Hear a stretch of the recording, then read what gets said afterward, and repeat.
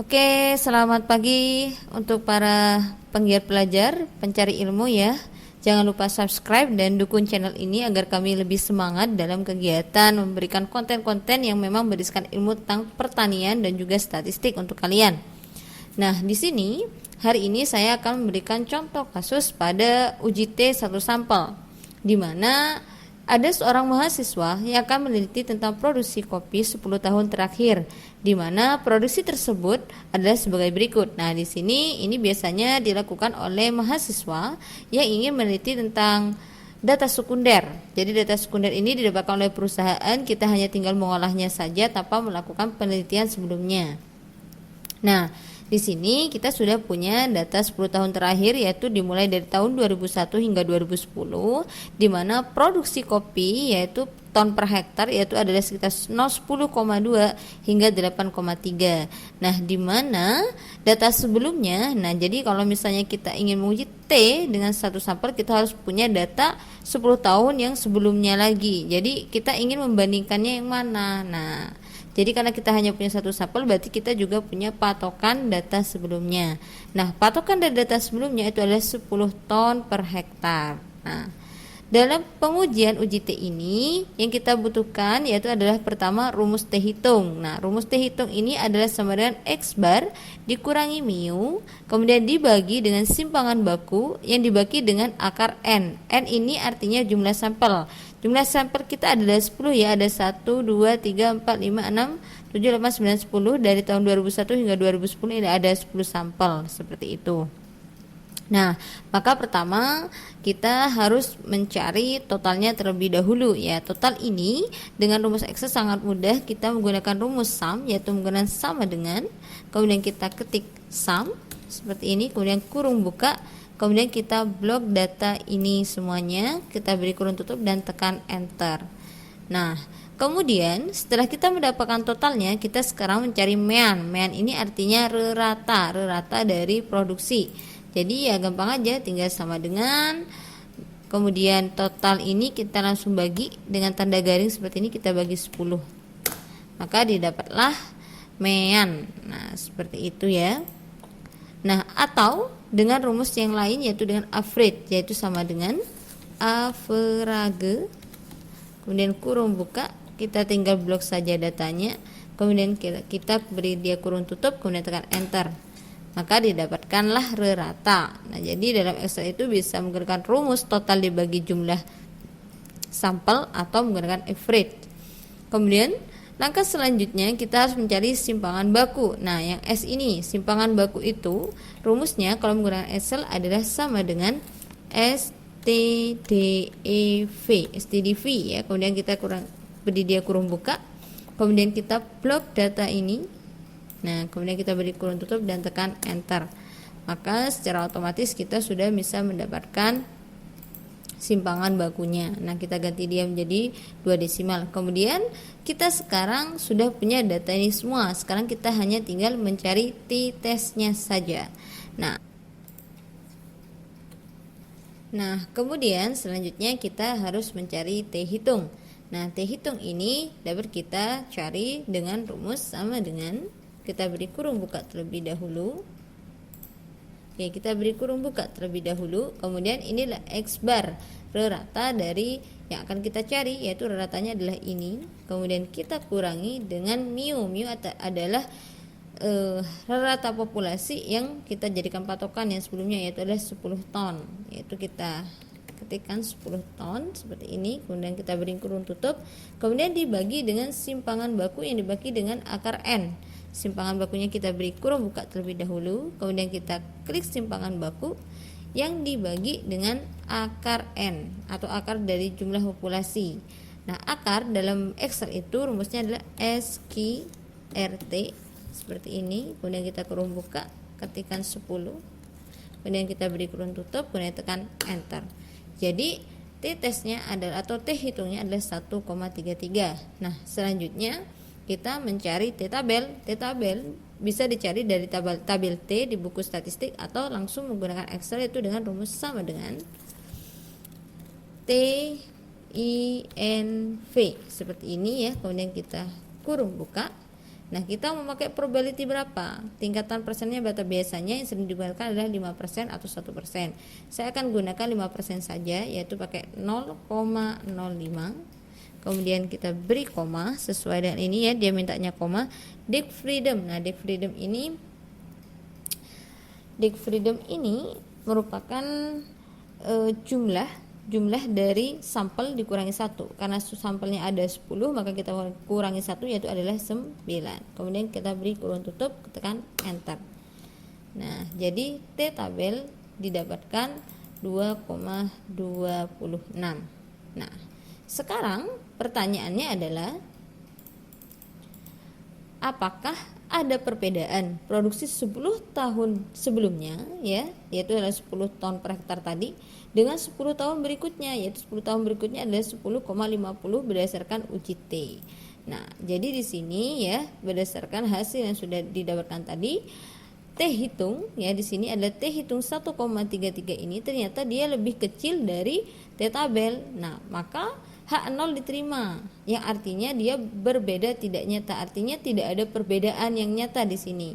Nah, apakah ada perbedaan? Artinya, jadi dalam kasus ini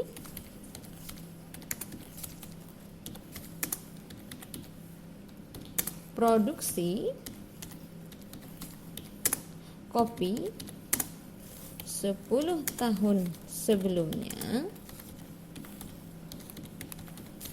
nah, kemudian dibandingkan dengan 10 tahun berikutnya, atau saya berikan simbol H plus saja ya, 10 tahun berikutnya itu tidak ada perbedaan yang nyata. Jadi kesimpulannya dalam kegiatan uji T ini, dalam kasus ini produksi kopi 10 tahun sebelumnya dengan 10 tahun berikutnya tidak ada perbedaan nyata. Nah, jadi seperti itu ya teman-teman, berarti H0 yang diterima. Nah, sekarang saya punya contoh satu kasus lagi untuk mempermudah pendalaman materi saudara. Nah, pada kasus berikutnya di sini adalah Pak Tony adalah seorang breeder di lab teknologi pengolahan benih. Beliau menyimpan benih selama 1 tahun dan memiliki daya kecambah 90%. Jadi setelah kita simpan selama 1 tahun, daya kecambahnya adalah 90%, atau ini yang kita sebut dengan X bar di sini ya. Nah, kemudian benih tersebut terbagi menjadi 10 kelompok. N-nya, jumlah sampelnya adalah 10 kelompok bagian. Nah, setiap minggu dilakukan pengecekan secara berkala, dan pada minggu ke-18 ternyata diperoleh rata-rata kecambah 88%. Nah, ini adalah rata daya kecambah atau MIU di sini ya, setelah masuk pada minggu ke-18. Jadi pada minggu terakhir ya, kita bandingkan dengan minggu sebelumnya apakah ada penurunan atau tidak rata-rata daya kecambahnya ya, dimana simpangan bakunya kita ketahui adalah 3,16. Maka bisa dibuat tabel seperti berikut ini, yaitu adalah pada kelompok ya, kelompok 1, 2, 3 sampai 10. Nah, ternyata didapatkan daya kecambah sedemikian rupa sehingga rata-ratanya sama dengan 88%. Di mana simpangan baku ini 3,16. Nah, caranya bagaimana? Sama dengan tadi. Jadi simpangan baku rumusnya sama dengan STDEV ya. Kemudian kurung buka, kita tinggal blok dari 1 sampai ke 10. Kemudian kita beri kurung tutup, tekan enter.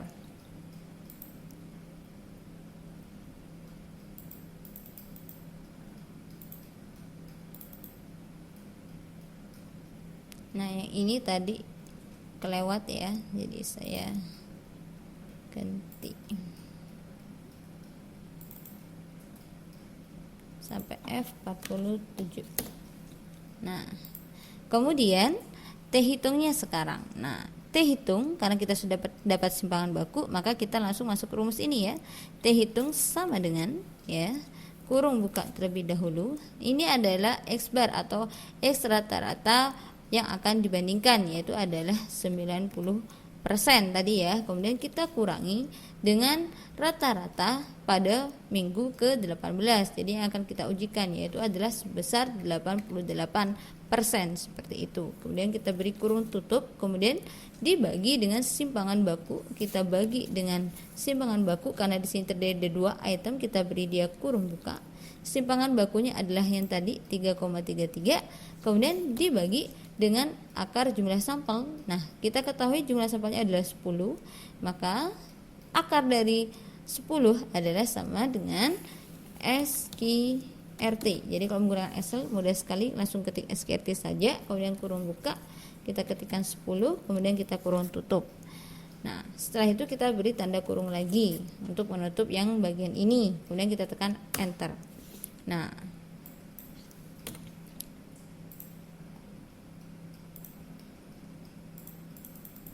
jadi T hitungnya adalah 1,90.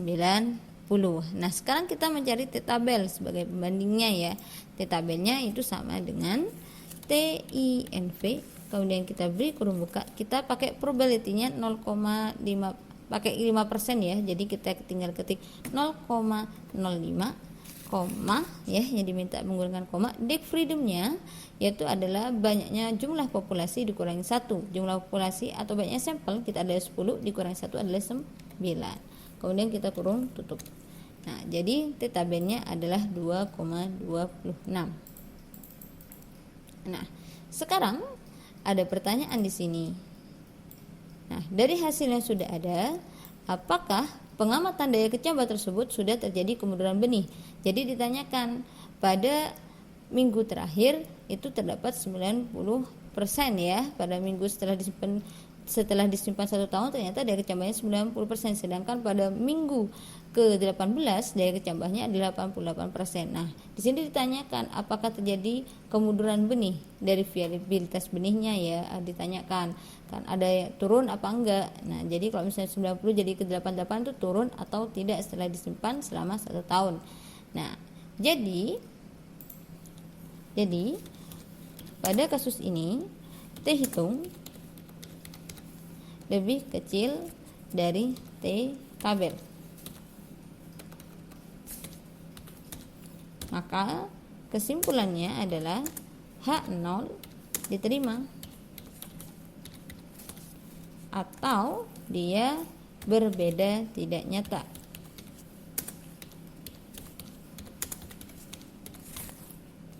Jika misal ternyata hasil T hitung itu lebih besar dari T tabel, berarti H0-nya ditolak atau dia berbeda nyata ya. Tapi pada kasus ini dia H0-nya diterima, artinya berbeda tidak nyata. Maka kesimpulannya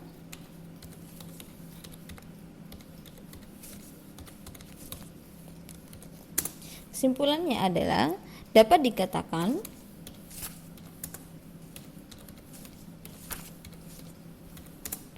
bahwa penurunan daya kecambah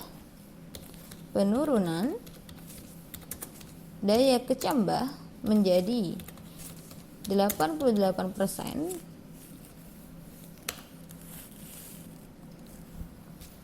belum berbeda dengan kecambah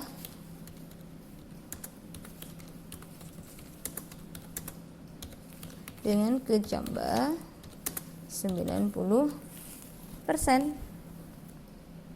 Berarti Pak Tony menyimpan benih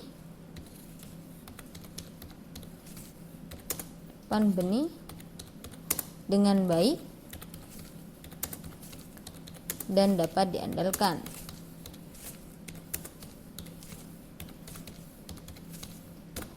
Karena pada kasus ini Pak Tony menyimpan benih selama 1 tahun tersebut tidak terjadi kemunduran benih. Artinya seperti itu ya teman-teman. Nah, semoga dari kasus ini teman-teman bisa menjadi lebih paham apa sih yang dimaksud dengan uji T satu sampel dengan contoh-contoh yang sudah saya berikan. Selamat mencoba dan selamat belajar. Dan jangan lupa di subscribe, like, dan komen.